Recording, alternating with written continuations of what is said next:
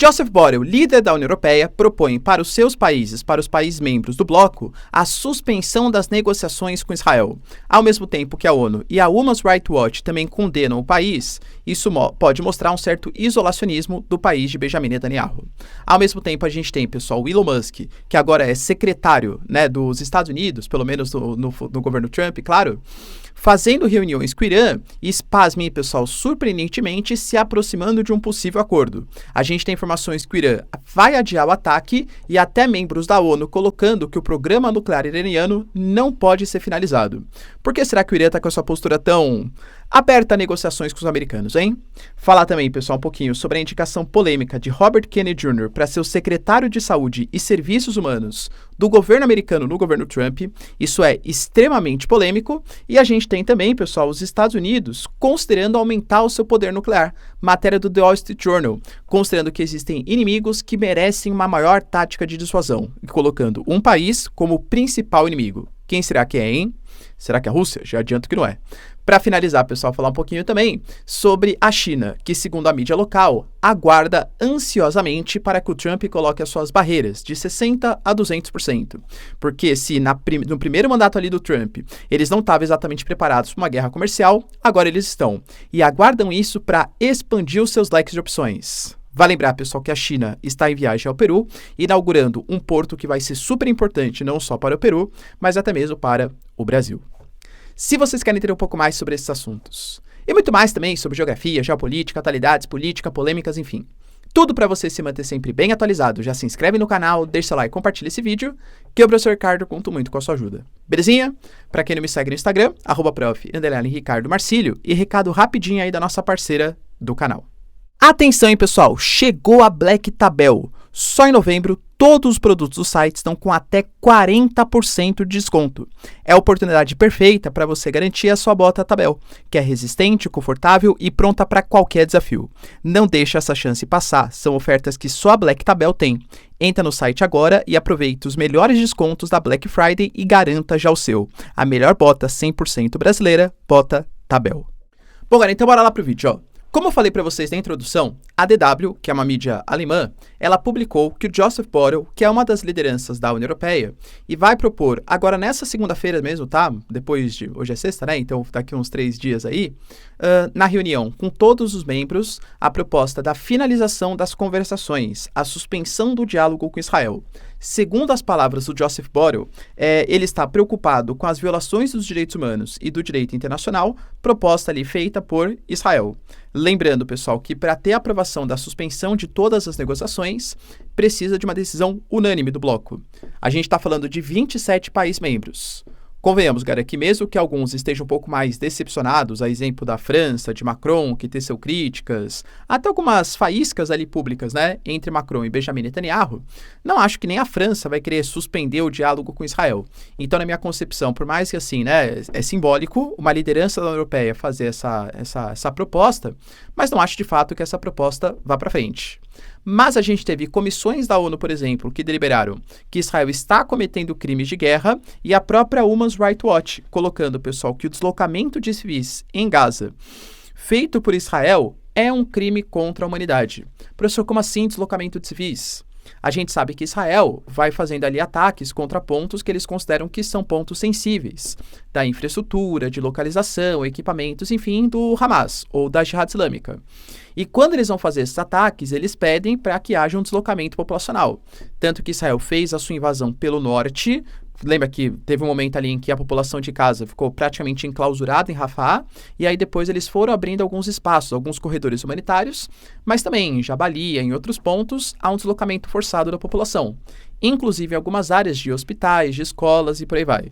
Então, por isso que a Human Rights Watch denuncia, né, que seria um crime contra a humanidade. Mais uma vez, ressalto para vocês, professor, e o que isso pode dar de mais importante, né? Penso que nada, porque a gente está falando de Israel, que é um país super importante, em uma região super importante, que é o Oriente Médio. É uma região que conta com quase 65% das reservas mundiais de petróleo. É uma região de fluxo de pessoas, fluxo de comércio, de gasodutos, oleodutos. Culturalmente falando, é o berço das 3 mais tradicionais religiões monoteístas. Então é importante os americanos, ou até mesmo o Ocidente como um todo, ter um aliado estratégico significativo, que é representado pelo Estado de Israel. Com a volta do Trump, que aparentemente é muito mais próximo de Israel do que exatamente era o governo Biden, e nem no governo Biden houve algum tipo de embargo ou coisa que valha contra Israel, é difícil pensar, cara, que vai ter alguma retaliação, alguma contramedida contra os israelenses. Mas a gente teve notícias importantes para o Irã, por exemplo. O Irã, a gente sabe, cara, que lidera, né, um grupo contrário aos Estados Unidos, contrário à existência de Israel mesmo no Oriente Médio, esse grupo autodenominado Eixo da Resistência, que conta com Hezbollah, Hamas, Jihad Islâmica, membros do Paquistão, do Iraque e por aí vai. E o Irã, ele tem o seu programa nuclear que ele alega que é para fins pacíficos. Vai lembrar, pessoal, que o Irã ele tinha assinado um acordo em 2015 com a presença de Estados Unidos, Rússia e outros países, só que o Trump, lá na sua primeira presidência, ele saiu do acordo, alegando que o Irã estava enriquecendo urânio acima do permitido e mais, que os Estados Unidos estava finalizando as sanções e estava fortalecendo o inimigo de Israel e dos Estados Unidos na região. Então, as rivalidades entre Irã e Estados Unidos, principalmente entre Irã e Trump, são gigantescas, né? Pois bem, pessoal, Elon Musk, que agora vai ser o secretário, né, do Departamento de Eficiência Governamental, ele fez um encontro com o embaixador do Irã na ONU. E aparentemente, segundo a mídia americana, foi um encontro produtivo. As duas personalidades, olha só, hein, pessoal, o Elon Musk já tratando, né, como se fosse um representante aí do governo americano, eles se reuniram e deliberaram algumas posições que ainda não foram publicadas, mas aparentemente foi uma reunião construtiva.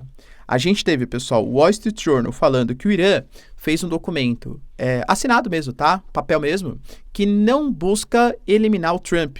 Lembra que eu compartilhei com vocês que o Irã supostamente, segundo as informações de agentes iranianos mesmo, teria um plano para, durante a campanha eleitoral, eliminar o Trump. A CIA falou sobre isso, o Irã fez táticas de espionagem, né, inclusive fornecendo dados da campanha Vence, da campanha Trump, até para o governo Biden, né, ou para a Kamala Harris e para o Tim Walz, e no final das contas o Trump acabou sendo eleito, né? Ou seja, o Irã aparentemente está começando a se aproximar um pouco mais. A gente pode ver isso até pelas declarações que foram feitas do Rafael Grossi. Para quem não sabe, o líder da AEA, a Agência Internacional de Energia Atômica, que é justamente a organização da ONU que está voltado para essa questão da fiscalização nuclear, programa nuclear. O Irã, ele se mostrou disposto a negociar o seu programa. Palavras do Irã, tá? Somos signatários do TNP. Para quem não sabe, o TNP é o Tratado de Não Proliferação, proliferação de armas nucleares. E, de fato, o Irã é signatário. Sendo signatário, ele se propõe a usar a tecnologia nuclear somente para fins pacíficos, de energia, fins medicinais e não para fins bélicos. O Irã falou, nós somos signatários do TNP e a gente não pode ser por pressão, hein? Mas a gente está disposto, se for por meio de conversação, a fazer uma restauração do nosso pacto. Aquele mesmo, né, talvez, que foi abandonado ali pelo Trump no seu primeiro governo. O próprio Rafael Grossi, por exemplo, que é a liderança, o diretor, ele falou, cara, que ele percebeu o desejo do Irã em reafirmar suas boas intenções para abrir um processo de negociação e, inclusive, reforçou. Nós, enquanto ONU, enquanto instituições, a gente quer que sejam preservadas as instalações nucleares iranianas.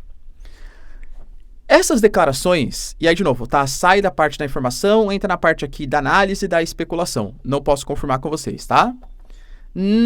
Israel fez um ataque contra o Irã. A gente sabe disso, né?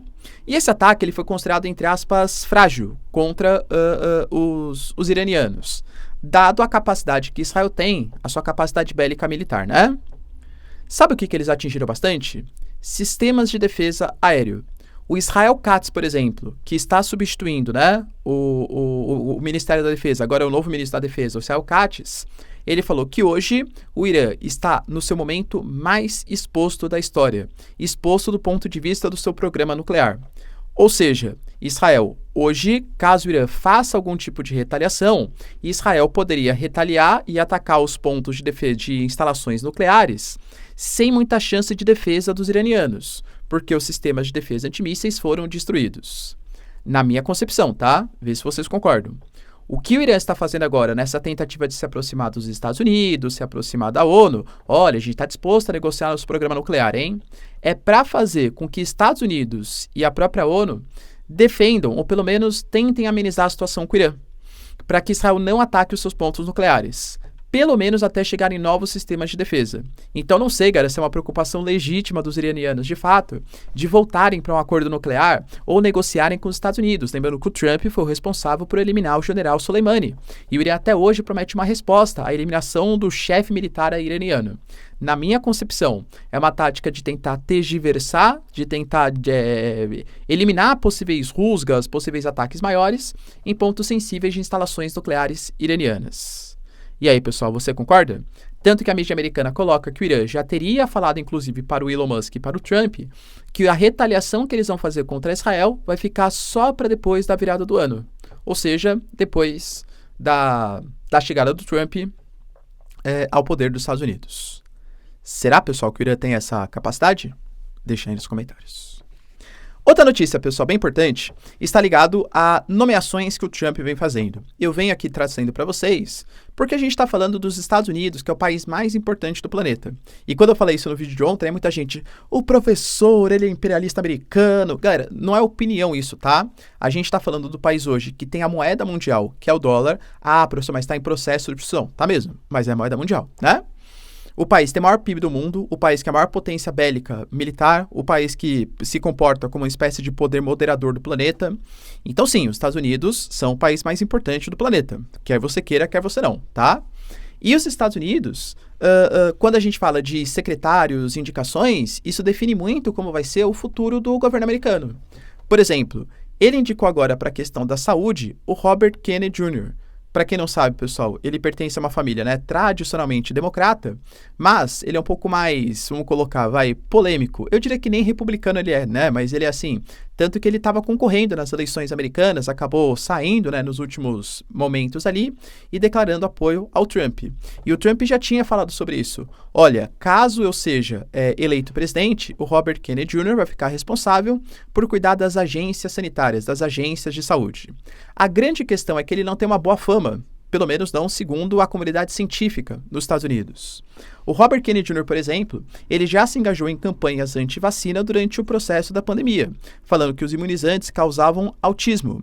Ele, por exemplo, era um dos defensores que tem uma redução de flúor na água, alegando algumas doenças que estariam relacionadas a isso. O CDC e outras agências reguladoras ali americanas, que são a comunidade científica, discordam, né, dessa posição. Só que o Trump ele fala, olha, nos últimos anos, os americanos foram esmagados pelo complexo industrial de alimentos e pela indústria farmacêutica, que se envolveram em campanhas de desinformação em um setor tão importante como a saúde pública.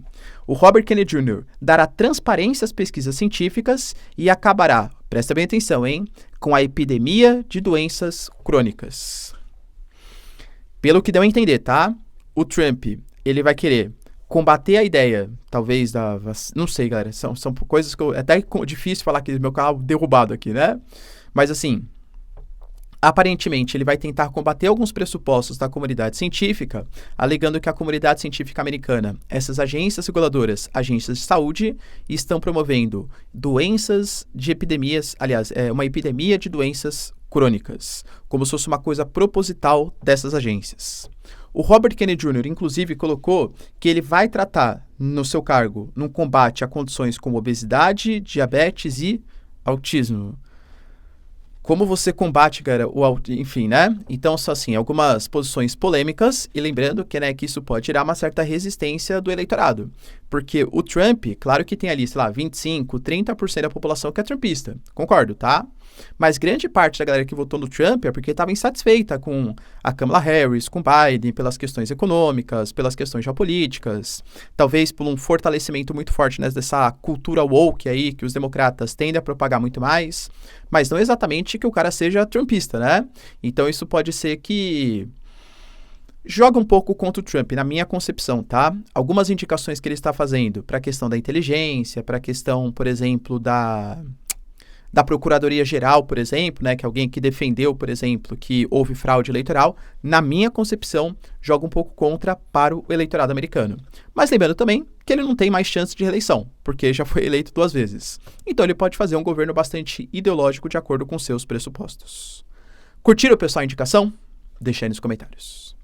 A gente teve hoje também, pessoal, o Wall Street Journal compartilhando uma notícia super importante relacionado à capacidade ou à possibilidade dos Estados Unidos aumentar o seu poderio nuclear. Vai lembrar que a gente teve o Biden assinando, durante o seu governo, uma diretiva em que o Departamento de Defesa deveria estudar opções de dissuasão frente às ameaças da China, Rússia e Coreia do Norte. E é claro, pessoal, essa capacidade de dissuasão é também a capacidade bélica, principalmente nuclear. A Coreia do Norte, por exemplo, anunciou o aumento da produção sensível de drones de ataque, tá? Isso, palavras do Kim Jong-un. Se a gente observar as atitudes que os americanos estão fazendo, a ideia parece que é a instalação de ogivas americanas em países aliados. Pode ser na Coreia do Sul, pode ser no Japão, pode ser em alguns países europeus. Isso já existe, inclusive, né? Ogivas americanas instaladas próximas, inclusive, da Rússia. A gente teve a inauguração recente, pessoal, da própria base militar na Polônia, a base da OTAN, que faz parte do escudo antimísseis, né? Mas que podem lançar mísseis Tomahawk com capacidade de ogivas nucleares até mais de 300 quilômetros, ou seja, pegando no território russo com ataque nuclear. Então, os americanos estão com uma postura agressiva. Mas, segundo as palavras americanas, o objetivo principal nem é exatamente a Rússia, e sim a China.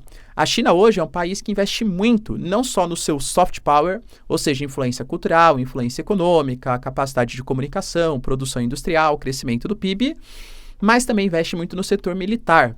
A gente sabe que os chineses têm um plano de até 2030 a construção ultrapassar 1.000 ogivas nucleares. Então, os americanos, pelo menos segundo o Wall Street Journal, estão também com esse plano de aumentar o seu poderio nuclear. Para finalizar, pessoal, a gente teve também a própria mídia estatal chinesa dando a entender que hoje eles estão muito melhores preparados do que estavam no passado para possíveis ataques americanos. Ataques não no sentido bélico, né? Mas ataques no sentido comercial. A gente sabe que o Trump, dentre várias outras propostas, ele tem o chamado America First e que ele pensa primeiro os interesses americanos para depois pensar nos interesses estrangeiros. Inclusive colocando taxas para produtos estrangeiros para valorizar o comércio local, a indústria local, a produção local. Essas taxas vão ser de 20% para praticamente todos os países e para a China, alguns produtos 60%, podendo chegar até 200% de impostos, para fazer com que os americanos não comprem produtos chineses e sim produtos americanos, tá? Pois bem, pessoal, isso já aconteceu no primeiro mandato, né, do governo Trump, iniciando uma guerra comercial. Aparentemente, dessa vez a China está um pouco mais preparada. Em que sentido, professor? Tem 2 pontos que a China considera como importantes para possíveis retaliações. Primeiro, a China controla um conjunto de 17 minérios diferentes, conhecido como as terras raras, super importantes para a produção, pessoal, de lasers, mísseis, computadores, carros elétricos, micro-ondas, fibra ótica, dentre outras questões. Os números eles variam um pouco de fonte para fonte, mas a gente fala que a China produziu em 2023 praticamente 70% das terras raras do planeta. Caso os Estados Unidos anunciem esses bloqueios, essas sobretaxas tão grandes, isso pode acabar culminando em um bloqueio das exportações, por exemplo, de terras raras, super importantes para os Estados Unidos. Aliás, só um parênteses, quem pode se beneficiar com isso é nós, porque a gente ainda não é um enorme produtor, mas a gente tem um potencial bastante sensível. Caso haja uma demanda por conta de um bloqueio da China para exportar as terras raras para os americanos, o Brasil pode ir muito bem, né, se investir, capacidade produtiva e tal, suprir essa demanda. Então a gente pode se beneficiar, tá?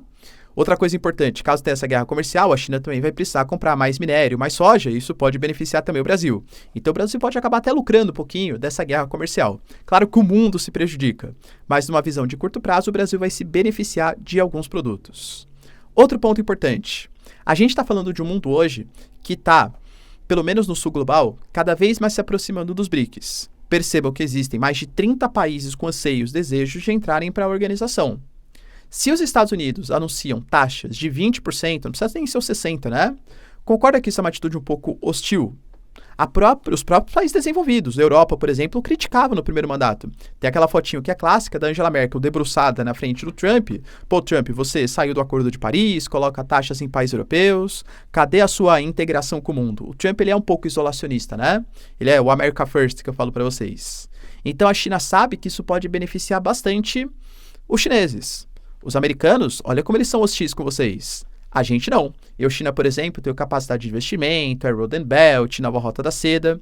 Então a China sabe que os países hoje podem se sentir um pouco mais chateados, entre aspas, com a situação e se aproximar mais do eixo China da coisa.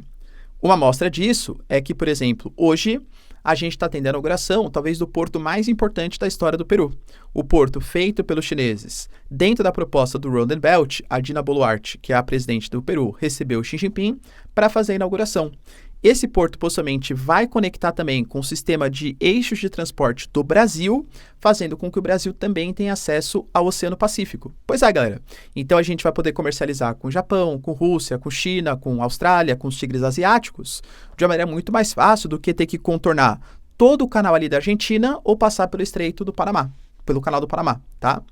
Ou seja, os chineses estão só esperando algumas ações um pouco mais radicais dos americanos de sobretaxa e de isolacionismo para aumentar os seus tentáculos econômicos. E aí, pessoal, você acha que o Trump vai comprar essa briga de sobretaxar produtos estrangeiros do mesmo jeito? Será que isso não pode fortalecer os chineses? Deixa aí nos comentários, quero saber sua opinião. No mais, se vocês curtiram o vídeo, tamo junto, beijos, abraços e tchau, tchau.